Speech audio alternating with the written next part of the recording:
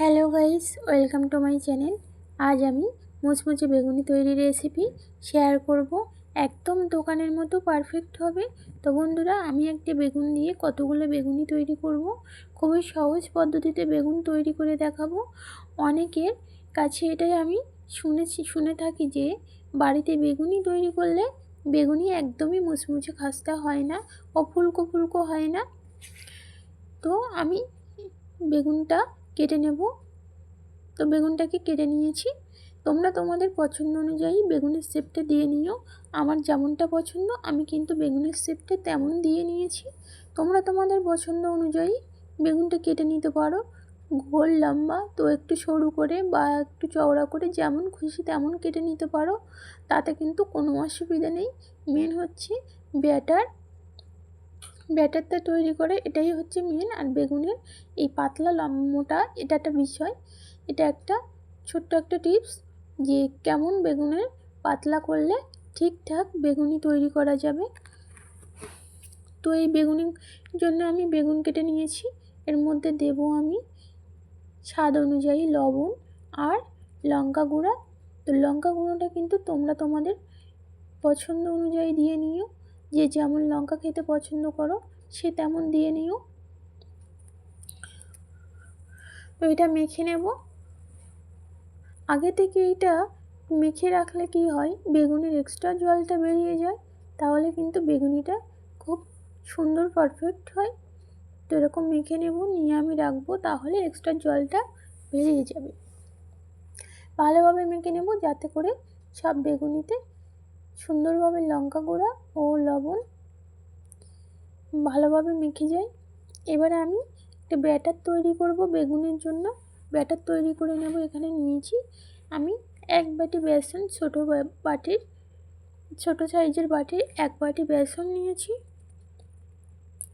এই বেসনের মধ্যে দিয়ে দিলাম স্বাদ অনুযায়ী লবণ আর দিলাম অল্প সামান্য পরিমাণে বেকিং সোডা। এই বেকিং সোডা দিলে কিন্তু ফুলকো হয়, খুব ভালো ফুলকো ফুলকো বেগুনি হবে। আর লবণ দিলে এর স্বাদটাও সুন্দর হবে। লবণ ছাড়া তো আমাদের কোনো খাদ্যই বানানো সম্ভব নয়। তো তারপর একটু একটু করে জল দিয়ে ব্যাটারটাকে প্রথমে কিন্তু ঘন করে ব্যাটারটা তৈরি করে নেব। প্রথমেই কিন্তু হালকা করে গোলা যাবে না, একটু ঘন করে ব্যাটারটা তৈরি করে নিতে হবে। এই ব্যাটারটা যত বেশিক্ষণ ধরে ফেটাবেন তত কিন্তু বেগুনিটা ভালো মুচমুচে ও ফুলকো ফুলকো হবে। আর এর মধ্যে দেব একটু হলুদ গুঁড়া। হলুদ গুঁড়াটা দিলে কালারটা সুন্দর আসবে। আমি কিন্তু এখানে কোনো কালার ফুড ব্যবহার করব না। বাড়িতে যতক্ষণ বানিয়ে খাবো ততক্ষণ স্বাস্থ্যকর খাওয়াই ভালো। আর দেবো এর মধ্যে কালো জিরে। কালো জিরে দিলে বেগুনি খেতে খুব ভালো লাগে। এরপর দেব স্বাদ অনুযায়ী লবণটা কিন্তু আমি দেখে নেব।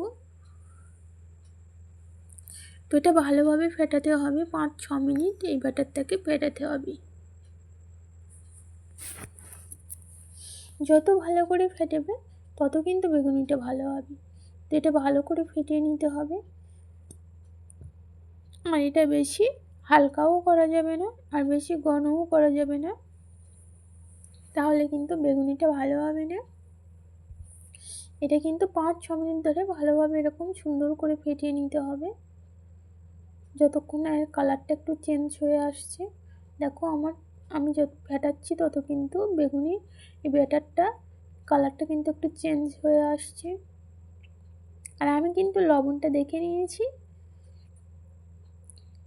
আর দেখো ব্যাটারটা কিন্তু ঠিক এরকম করতে হবে, বেশি পাতলাও বেশি ঘন হওয়া একদমই যাবে না, তাহলে বেগুনি কিন্তু একদমই ভালো হবে না। আর আমি এদিকে গ্যাসে কড়াইতে সাদা তেল গরম হতে দিয়ে দিলাম। আর একে একে বেগুনগুলো ভালোভাবে বেসনের ব্যাটারের মধ্যে ডুবিয়ে নিয়ে এরকম করে ছেড়ে দেব।